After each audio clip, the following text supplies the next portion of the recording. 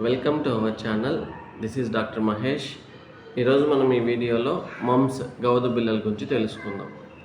Local లాంగ్వేజ్లో దీన్ని చాలా రకాలుగా పిలుస్తుంటారు. గాడిదల గంగమ్మ అని, గవదల గంగమ్మ అని చాలా రకాలుగా పిలుస్తుంటారు.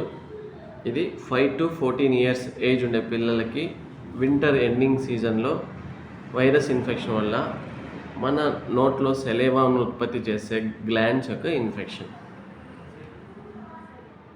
మమ్స్ వచ్చినప్పుడు చెవి కింది భాగంలో కానీ ఈ దవడ కింది భాగంలో కానీ వాపులు వస్తాయి. మామూలుగా ఈ సిమ్టమ్స్ 7 to 10 days వరకు కనిపిస్తాయి. ఎలాంటి సిమ్టమ్స్ ఉంటాయంటే fever, headache, abdominal pain, muscle pains ఇలాంటివి మెయిన్గా ఉంటాయి. రేర్గా కాంప్లికేషన్స్ ఎలాంటివి డెఫ్నెస్, చెవులు సరిగా వినిపించకపోవడము, బ్రెయిన్ ఇన్ఫెక్షన్ అయ్యి ఎన్కెఫలైటిస్, మెనింజైటిస్, ఫిట్స్ రావడము ఇలాంటివి రేర్గా చూస్తుంటాము. మగపిల్లల్లో అయితే టెస్టిస్ వాపులు రావడము, ఆడపిల్లలు ఉఫరైటిస్ అంటాము. అలాంటి కాంప్లికేషన్స్ రేర్గా వస్తాయి.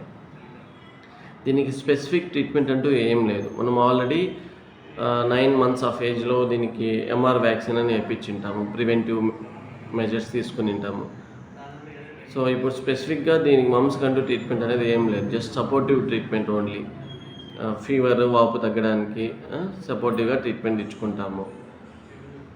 ఇంకోటి ఏంటి, మెయిన్గా దీనికి కారంగా ఉండేటివి, పులుపుగా ఉండేవి, ఆరెంజెస్ కానీ, ద్రాక్ష, నిమ్మపండు, ఉసిరికాయలు ఇలాంటివన్నీ తినకూడదు.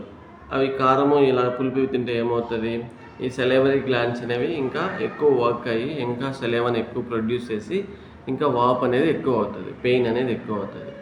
సో మోస్ట్లీ ఈ టైంలో గవద బిళ్ళలు వచ్చినప్పుడు కారంగా ఉండేటివి, పులుపుగా ఉండేటివి తినకూడదు.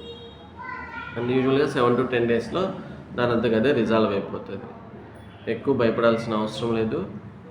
అండ్ దీనివల్ల డేంజర్, సీరియస్ అయ్యి కాంప్లికేషన్స్ వచ్చి సీరియస్ అయిన పిల్లలు అయితే ఎవరు లేరు. Hope this video is useful to all. ఇంకా షేర్ చేయండి. ఇలాంటి మరెన్నో యూస్ఫుల్ వీడియోస్ కోసం మన ఛానల్ని సబ్స్క్రైబ్ చేసుకోండి. Thank you.